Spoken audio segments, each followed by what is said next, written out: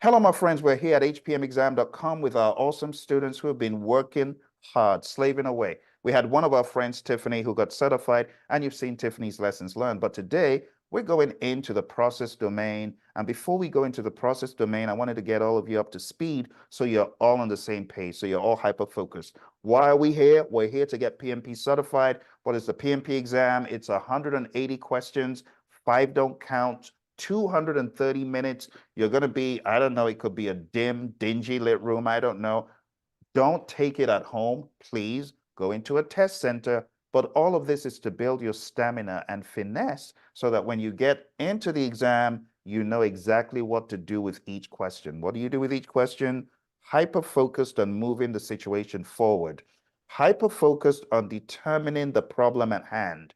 So for example, if you get a question that says, Manish is a project manager on a project, his schedule is delayed. What should he do? A, crash the schedule.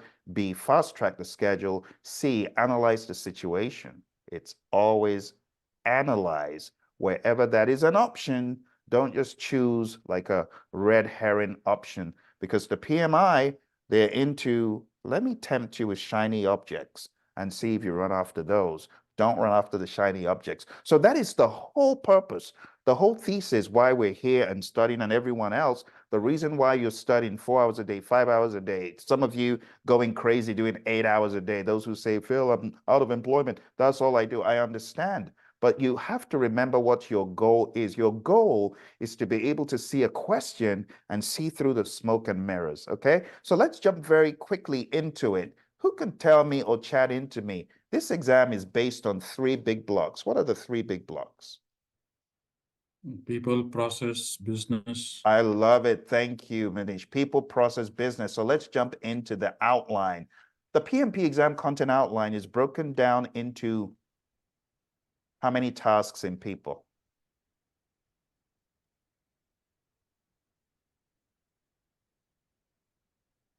Who remembers? 20, 39. How many? Do you want to check? Open your books and take a 17. quick look. In 17 process. for people? Is it people? 17? How many for people? No, Check. 13. 14. 14 for people. There Yeah. you go. So what am I doing? I'm trying to get you hyper focused on the numbers so you know, okay, if I have to read people domain, I've got 14 days. Boom, done. Process domain, how many in process? 17. 17. Very good. And business? Just 4. 4. Thank you. And the reason why I'm asking you this, I want you to be intentional about your studying so that when you go in for the kill, the final kill, you're going to spend appropriate amounts of time. Now, process is a ridiculous beast with 17. So let's go down memory lane. I'm going to tell you very quickly what you have done. What you've done, those of you who started studying, you've read the task, conflict, manage conflict, for example. Then you've gone into the domains. What I need you to do as you go into this is just ask, do I understand what they mean from a conceptual standpoint, or am I lost? You want to make sure you truly understand what it is.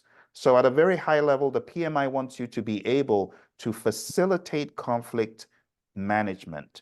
They don't want you to solve the conflict for people, but they want you to get in the way of destructive conflict. They want you to be able to lead a team through example, through servant leadership and situational leadership. The Hersey-Blanchard model comes into play. They want you to be able to give the team the environment and support they need. Trust them to get the job done. The team needs a safe space, give it to them. Empower the team and stakeholders. Give them things to do that are not lording it over them, but saying, hey, which of these would you like to do? It's based on their strength, but it's not fully pull or push. It could be a hybrid. What do I mean by that? In the world of Agile, we espouse the pull mechanism. Let people pull work to themselves if they've got the capacity. But in the world of predictive, it's assignment. That's why we talk about project team assignments. We assign things, but it's 2 different worlds. For the exam, you got to be ready for both worlds. Number 5, ensure people are adequately trained. If you are the servant leader, the project manager, which by the way, on the exam, they will always say this, Kristen is a project manager. They will hardly ever say, Kristen is a scrum master. So they'll say, Kristen is a project manager on an agile project. And you could say, but wait a minute, in the world of Scrum, there's no project manager. Get used to seeing that. Very well, it's the role in Agile that they're talking about, but they will say project manager. So you got to get used to seeing that or thinking in that dimension, okay? Number 6, build a team. Have a team charter, social contract, team contract, ground rules, team agreement, all the same thing. Number 7, this is your bread and butter as a Scrum Master, as a servant leader. You got to aggressively go after those impediments, obstacles, and blockers as aggressively as possible. Number 8, negotiate project agreements. What are we saying here? We just mean negotiate everything: scope, schedule, cost, quality. Trade-offs are ethical. Not trading off is unethical. So if you very well know we cannot make that deadline, don't just be a schmuck and say, well, I'll just roll over and do whatever they ask me to do. No, always challenge when you know very well that something is not realistic. But at the same time, you want to have the Agile Manifesto in your mind, which says customer collaboration over contract negotiation. So it's a mindset. Number 9, again, the concept of customer collaboration over contract negotiation. It holds true for this. Go in with a mind of collaboration. Number 10, build shared understanding. Make sure everyone is on the same page. 11, engage and support virtual teams. We talked about the fishbowl window concept a few weeks ago. Hopefully that's still fresh. Understand what you can do if you have a virtual team. How do I get them engaged? Team ground rules. We've already talked about team contracts, social contracts, team agreements, and things like that. They could use the word social contract, so just remember they are all the same thing. Part of what you will do in your social contract in the world of Agile is to define your definition of ready and definition of done. Understand the INVEST acronym when you're thinking about the definition of ready.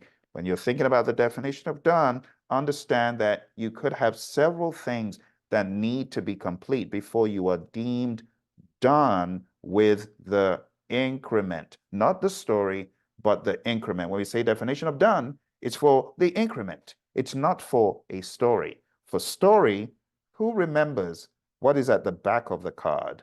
User story is in front. What is at the back? Who remembers?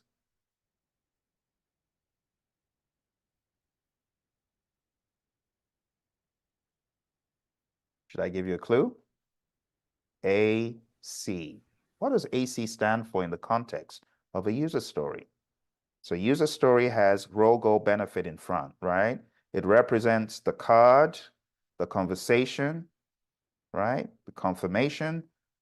But what is at the back of the card? It's AC, acceptance criteria.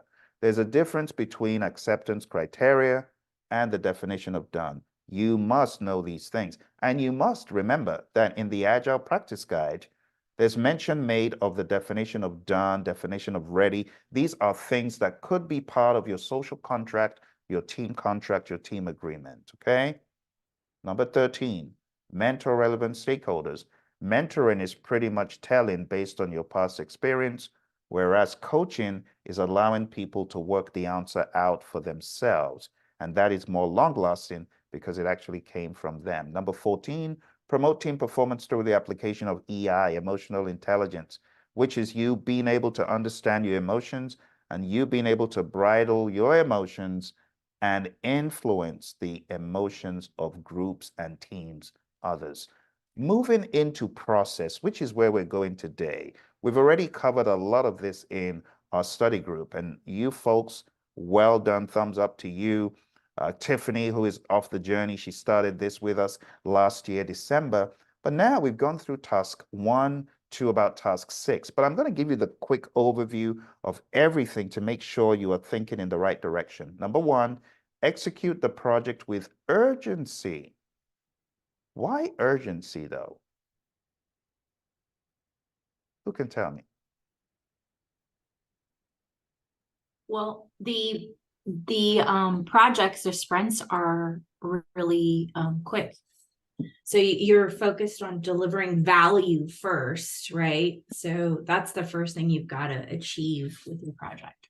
I love it. So you got these things in smaller increments, which are sprints, which to the world of predictive, we look like speed demons if we do that in Agile. So super quick to do what you said, Kristen, the value. And that's great. We want to deliver the value. Why do you want to deliver value with urgency, though? Why do you want to use an Agile approach? Because you want to get a minimum viable product out, see if it works. I love it. You want to get a minimum viable product. So now we're opening the wormhole of MVP. Let's talk about that, and then we'll circle back to talk about urgency. The reason why the concept of MVP is great, and the reason why we espouse an MVP, is we're looking for value from the viable product. So we have the MVP, minimum viable product, the minimum amount of functionality we need to put in a product so that we can get what? What are we looking for from the MVP? Who remembers? Feedback from the client. I love it. So the feedback from the client is going to help us do task one, which is to execute with urgency. But I'm asking the question, why the urgency? What's the rush about? Who can tell me?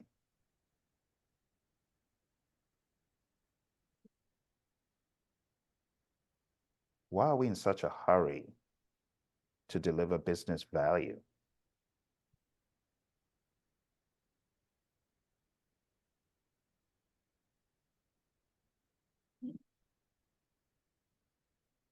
Why was Uber in such a hurry to deliver value that everyone is experiencing today? Can you guess? Because first to market usually gains the biggest market share. I love it. First to market kills the game, leaves everyone in a plume of smoke. You got it. Thank you. Thank you. That was Morgan, right? Yes. Thank you, Morgan. You're right on the money with that. That is true. So the reason, the thesis for number one is so that we can, one, kill the game, crush the game. There's something that we say in the world of Agile, which you know, if you've heard my buddy Roy and I talk about this, we call it the cost of delay. There is a cost for you being a laggard to market. Just ask BlackBerry. Well, they were first in some things, but Apple beat them when it came to being smart in a phone. And they left them in a plume of smoke. If you watch the movie, it's kind of fun. But number one is all about urgency to deliver value so that you can be first to market. Apart from being first to market, think about it. Let's say you work in a company and you can deliver a software tool, which you're working on internally, 10 months down the road versus today. Why would you want to deliver it urgently today?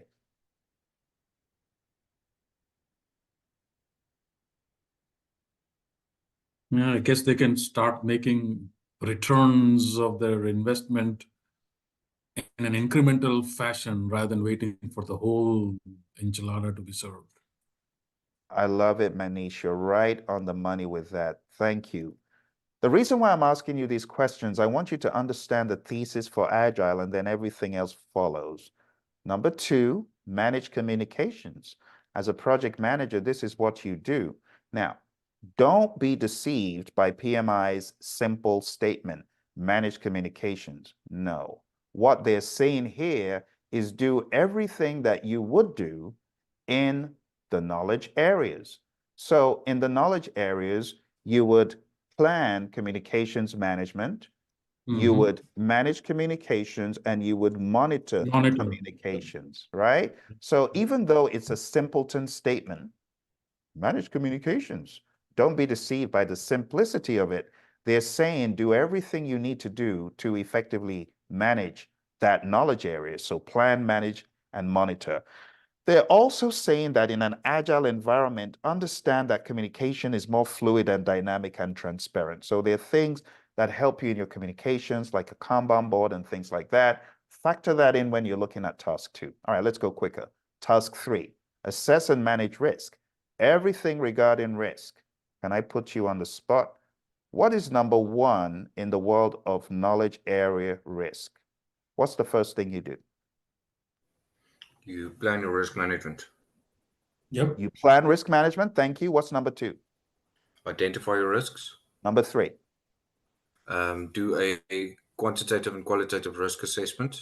Very good. Which one should come first? Qualitative. Thank you. Qualitative, then quantitative. Why is quantitative optional? Because it gives you a monetary value for the risk, and not everybody uses it. I love it. Not everyone uses it. Not everyone likes it. Some companies run away from it. Beautiful. After we've done quantitative, what do we do next? You plan your risk response. Very good. Who can tell me the 5 responses for positive and the 5 for negative? Let's do positive first. What's the mnemonic I taught you? You mitigate. Positive. Tell me positive first. Positive Accept. risks. 5 strategies. What are they? What's the mnemonic, first of all? Do you remember? No. I'm getting into your business. All right. So let me show you what the mnemonic is. The mnemonic is easy. EASEE. This is why I show you these mnemonics. Now, what do these stand for? Tell me. So let me walk you through. Embrace, accept. You encounter a risk and you tell your boss because it's beyond your power. What's that? What's the E? It's beyond my Elevate, power. escalate. I'm going to Escalate. escalate. Thank you. Okay, let's talk about the A. I'm not going to do anything about it. Accept. Accept. Very good. I find a pot of gold and I need to dig it up. I call my buddy Johan to help me. What am I going to do? The S. I found a pot of gold, Johan. I need help. So as a result of you digging with me, I need to do what with the pot of gold? The S. I'm not going to eat divide it or alone. split it. I'm not going to Split eat it. alone. Split the task up.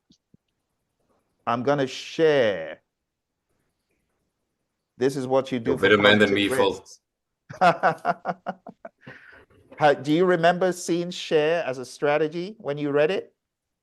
Yes. Good. Yes. All right. So we have 2 E's. 1 E gets your positive risk to 100%. What is that? It's a positive strategy that you do to get your risk to be absolutely sure this is happening. Exploit. You got it. Exploit. And what is the weakened version? It's like a weakened version of a local storm. What is it? The last E, when you increase the probability, but it's not to 100. What's that E? All right, it's called enhance. So this is a good gap I found. We need to do some more work on it. So this is the positive strategies for opportunities, positive risks or opportunities, right? So that's for positive. Let's talk about the negative. For negative, what is the mnemonic? Who remembers?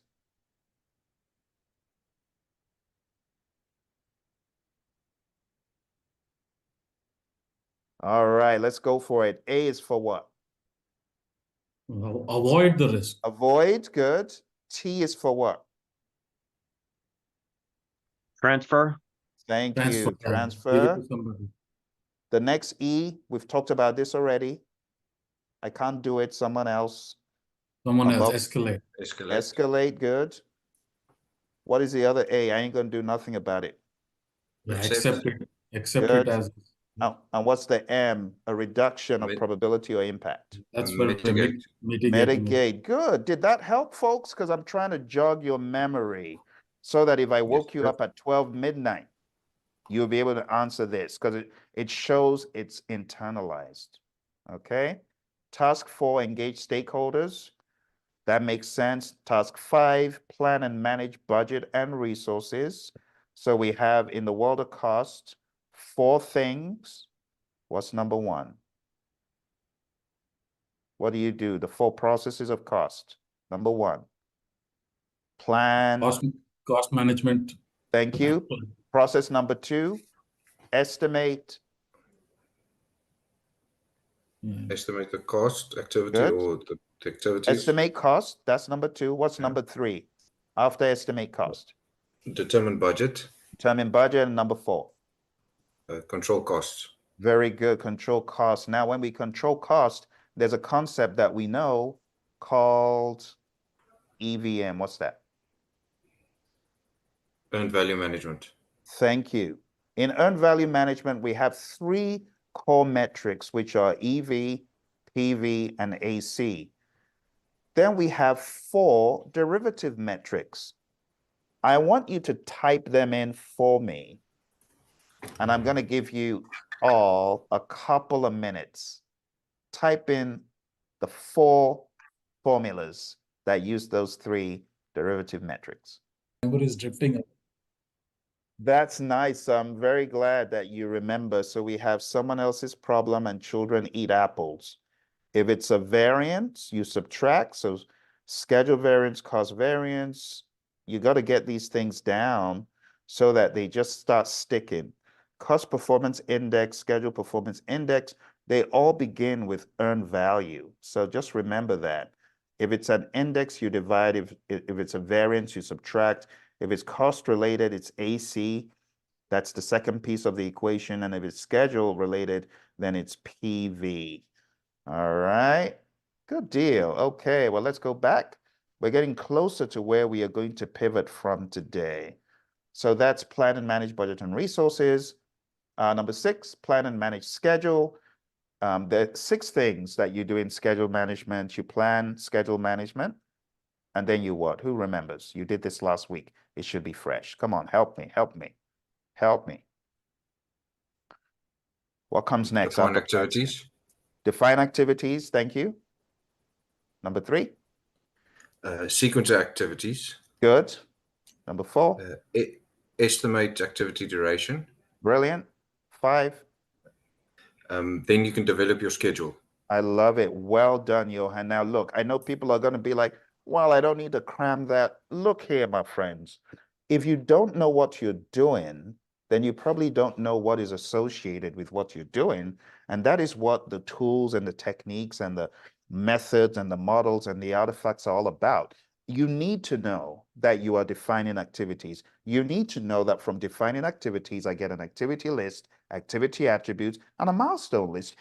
You need to, as a project manager. This is what is going to help you decimate the exam, because I truly believe if you all are doing what I am encouraging you to do, which is to read the Essentials book, to understand what is in the Agile Practice Guide, to read the Agile Principle Run and Cut and all the other materials. If you do that, my expectation is you get into the exam and it's over for the exam. The exam is going to be begging you, crying uncle, because you're going to show the exam you are totally in control. So that is the level that I am looking for you to get to.